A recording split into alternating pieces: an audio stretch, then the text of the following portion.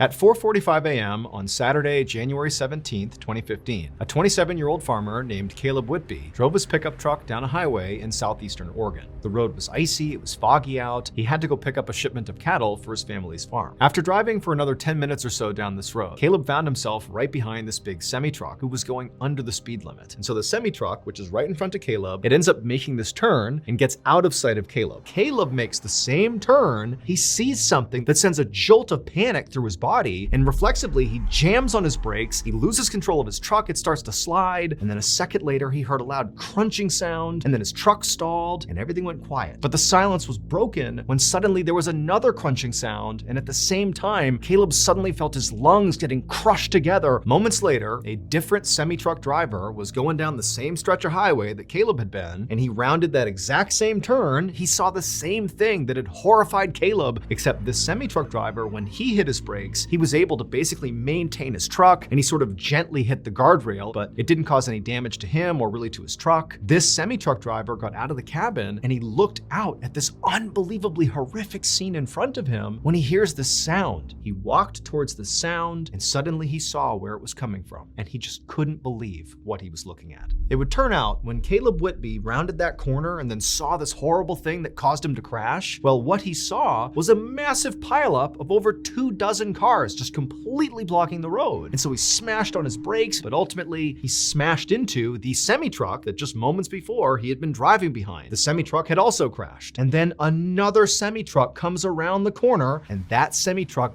blasted into the back of Caleb's car. After that, the other semi-truck, the third semi-truck if you will, rounds the corner, sees the pileup, hits the brakes, he manages to crash into the guardrail. And so he gets out of his truck and he hears a sound. And eventually he finds it, and that sound was Caleb. Here is a picture that this driver took of what he found when he found Caleb. It's unbelievable. Somehow, when Caleb's truck was smashed from both directions, it created this perfect pocket of space just big enough for Caleb to fit inside of. Caleb was basically unhurt. And so when this third semi-truck driver found Caleb, he actually was able to pull Caleb out of the wreckage, and minus a bruise and a couple of cuts on his face, Caleb actually was just fine and ultimately walked away. After first responders showed up and cleared the wreck, it would turn out that incredibly nobody was killed.